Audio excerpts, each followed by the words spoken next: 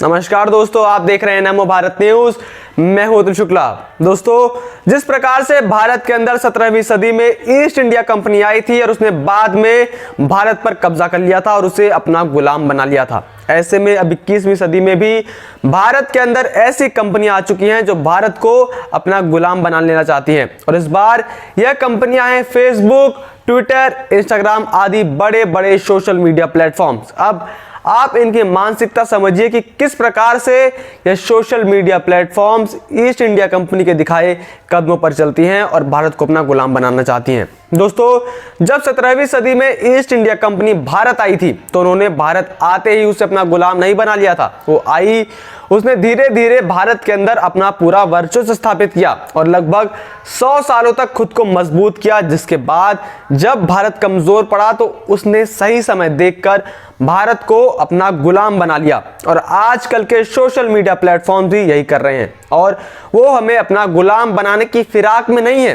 क्योंकि वो हमें अपना ऑलरेडी गुलाम बना चुके हैं। आज का ज्यादातर युवा इन सोशल मीडिया प्लेटफॉर्म से चंगुल में फंस कर रह चुका है। आज अगर एक दिन के लिए सोशल मीडिया प्लेटफॉर्म्स को गायब कर दिया जाए तो हमारे देश की आधी से ज्यादा जनता तो अपना आपा ही खो देगी कि अरे यह क्या कर दिया। और इसका उदाहरण हम पहले भी देख चुके हैं, जब भारत सरकार ने चाइनीज ऐप टिकटॉक पर हमेशा के लिए प्रतिबंध लगा दिया था। उस समय जनता मानो पागल ही हो गई थी, लेकिन वो देश के लिए जरूरी भी था। और अब हो सकता है कि भारत सरकार आने वाले दिनों में फेसबुक, व्हाट्सएप और ट्विटर को भी भारत के अंदर हमेशा हमेशा के लिए प्रतिबंधित कर दे। अब आखिर क्या है पूरा मामला, उसे जानने के लिए आप ये वीडियो पूरा अंत तक देखते रहिए। दोस्तों, आपको याद होगा कि 3 महीने पहले 25 फरवरी को भारत सरकार ने सोशल मीडिया के दुरुपयोग और गालियों को ग्लैमराइज करने वाले ऑनलाइन स्ट्रीमिंग प्लेटफॉर्म्स को लेकर एक क्रांतिकारी फैसला लिया था। और इस फैसले के अंतर्गत भारत सरकार ने इंटरनेट के रास्ते आप तक पहुंचने वाली चीजों के बीच एक लक्ष्मण रेखा खींच दी थी, जिससे आप तक सिर्फ सही चीजें पहुंच सके। और तब सरकार ने सोशल मीडिया से जुड़ी टेक्नोलॉजी कंपनियों जैसे ट्विटर, फेसबुक, इंस्टाग्राम और व्हाट्सएप को कुछ कड़े कदम उठाने के निर्देश दिए थे। और इन सोशल मीडिया जायंट्स को भारत सरकार ने उन आदेशों को अपने अमल में लाने के लिए 3 महीने का वक्त दिया था। लेकिन अब जो खबरें सामने निकलकर आ रही हैं उससे यह पता चल रहा है कि इन कंपनियों में से किसी ने कंपनी ने भी सरकार के दिशा निर्देशों का पालन अभी तक नहीं किया है और उसे सीधे सीधे अनदेखा कर दिया। अब आप इसी बात से इन बातों का अंदाजा लगा सकते हैं कि आखिर ये सोशल मीडिया जायंट्स आज खुद को इतना बड़ा समझने लगी हैं कि सीधे सीधे सरकार के अल्टीमेटम को भी इग्नोर कर रही हैं। दरअसल बीते कुछ सालों से सोशल मीडिया का इस्तेमाल बेहद ही गलत तरीके से किया जा रहा है।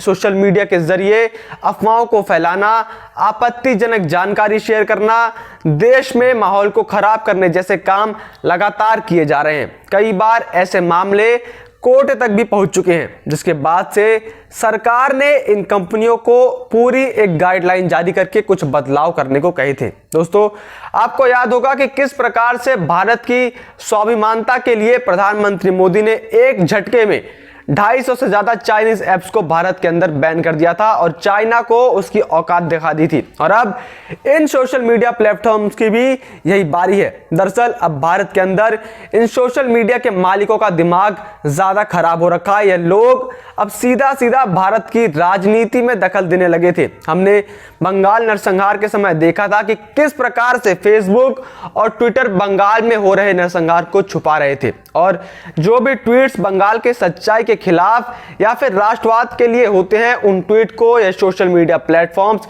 डिलीट कर देते हैं, उन्हें आगे बढ़ने ही नहीं देते। और साथ ही कंगना रनौत जैसे कई लोगों का तो ट्विटर आईडी इन्होंने सस्पेंड भी कर दिया था। जबकि उसी जगह शर्जील उस्मानी, स्वरा भास्कर जैसे लोग जो आए दिन एंटी हिंदू ट्वीट्स करते रहते हैं, उन अकाउंट पर ट्विटर कोई एक्शन नहीं लेता है। ये सोशल मीडिया प्लेटफॉर्म 2022 में यूपी और 2024 के भारत के चुनाव में दखल देकर उनका परिणाम बदलना चाहते हैं, जिस प्रकार से इन्होंने बंगाल चुनाव का परिणाम बदला और अमेरिका में ट्रंप की सरकार गिराई। ये सोशल मीडिया जायंट्स विपक्ष को वापस से सत्ता में लाना चाहते हैं ताकि फिर से देश का विकास का पहिया रुक जाए और वापस से देश में घोटाले आदि हों, ताकि ये लोग फिर से भारत के ऊपर इनडायरेक्टली कब्जा कर सकें। लेकिन ये ट्रंप नहीं, मोदी हैं। मोदी, और इसलिए अब इन सोशल मीडिया कंपनियों की कहर नहीं, या तो ये सरकार की बातें माने या फिर अपना बोरिया बिस्तर उठाकर देश से बाहर चले जाएं। आपकी जानकारी के लिए बता दूं कि इन नियमों में सरकार ने सोशल मीडिया कंपनियों को भारत में कंप्लायंस अधिकारी, नोडल अधिकारियों की नियुक्ति करने के लिए कहा गया था और उन सभी का कार्य क्षेत्र भारत में होना जरूरी रखा गया था। शिकायत समाधान, आपत्तिजनक कंटेंट की निगरानी, कंप्लायंस रिपोर्ट और आपत्तिजनक सामग्री को हटाना आदि के नियम सरकार ने इन्हें सुझाए थे और इसकी अंतिम तिथि आज यानी कि 26 मई तक है। ऐसे में अब सोशल मीडिया और लोगों में यह प्रश्न उठ रहा है कि क्या आज के बाद भारत में सभी सोशल मीडिया प्लेटफॉर्म्स पर बैन लगा दिया जाएगा। अब इसके क्या फैसले आएंगे वो तो सरकार के ऊपर ही निर्भर करता है। वहीं अब सवाल यह भी उठता है कि जब सरकार ने इन कंपनियों को 3 महीने दिए थे तो फिर सरकार के आदेशों की अनसुनी क्यों हुई।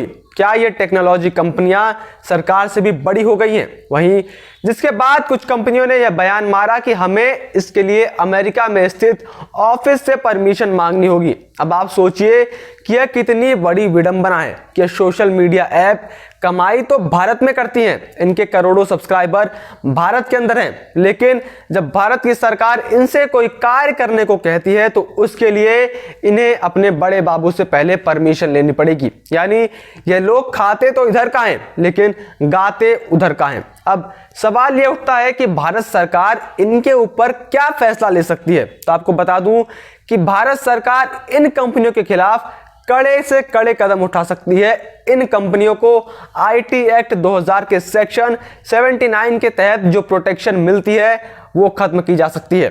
सेक्शन 79 के तहत ये सुनिश्चित करता है कि अगर इन कंपनियों के प्लेटफॉर्म पर कोई व्यक्ति गैर कानूनी जानकारी शेयर करता है तो इसके लिए ये कंपनियां जिम्मेदार नहीं होंगी। सरकार ने 25 फरवरी को जो दिशा निर्देश दिए थे उनमें कहा गया था कि अगर कोर्ट और सरकार के आदेश के बाद ये कंपनियां किसी कंटेंट को नहीं हटाती हैं तो सेक्शन 79 के अंतर्गत उनसे ये अधिकार छीन लिए जाएंगे। वहीं आप प्रधानमंत्री मोदी की ताकत को समझिए कि जहां एक तरफ अमेरिका में सोशल मीडिया प्लेटफॉर्म्स अपने ही पूर्व राष्ट्रपति के ऊपर प्रतिबंध लगा दिया था, वहीं दूसरी तरफ प्रधानमंत्री मोदी के खौफ की वजह से फेसबुक तो सरकार की बात मानने को राजी हो गया है। फेसबुक ने बयान जारी करके नियमों को मानने की बात कही है। कंपनी की ओर से कहा गया कि वह भारत सरकार के नियमों का पालन करेगी, लेकिन कुछ मुद्दों पर अभी भी बात चल रही है। वहीं दूसरी तरफ ट्विटर के ऊपर तो पहले से ही टूल किट मुद्दे को लेकर संकट मंडरा रहा है और अभी भी